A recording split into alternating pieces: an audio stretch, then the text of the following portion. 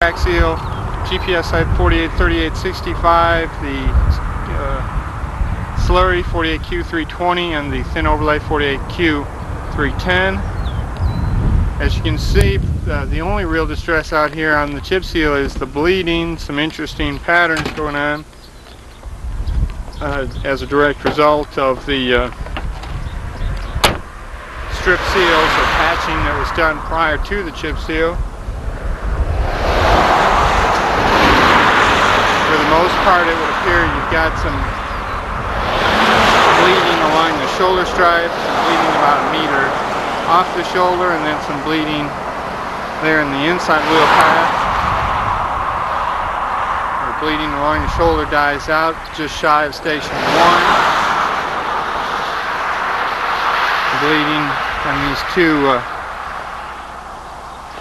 wheel paths, if you want to call it that, here continue. It almost looks so like the outside wheel path is the only place where there isn't bleeding.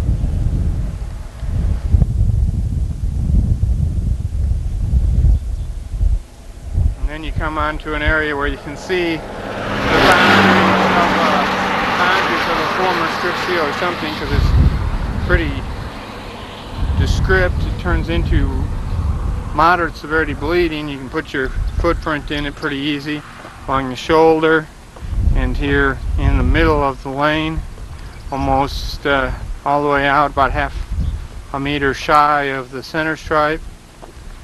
Bleeding along the shoulder stripe dies out again here just shy of 2+50, about 2+40, and then just about 2+60, the moderate severity bleeding in the inside wheel path dies out. You get a little tiny area here of moderate severity bleeding. The rest appears to be moderate, or excuse me, low. Another little area of moderate severity bleeding.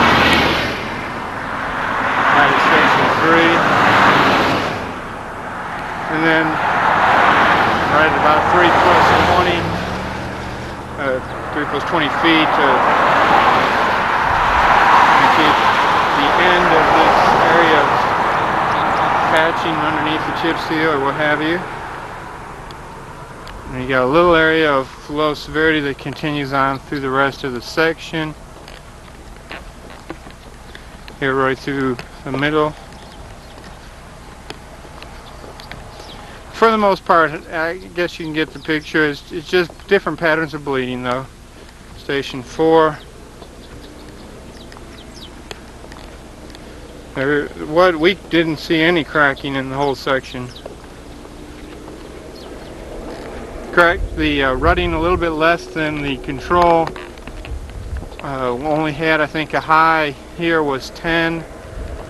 Range from 5, 4 or 5 to up as high as 10. And that brings us to station 5. Again, all the delineators in good shape. Looking ahead, you can see the supplemental section there, 48Q353.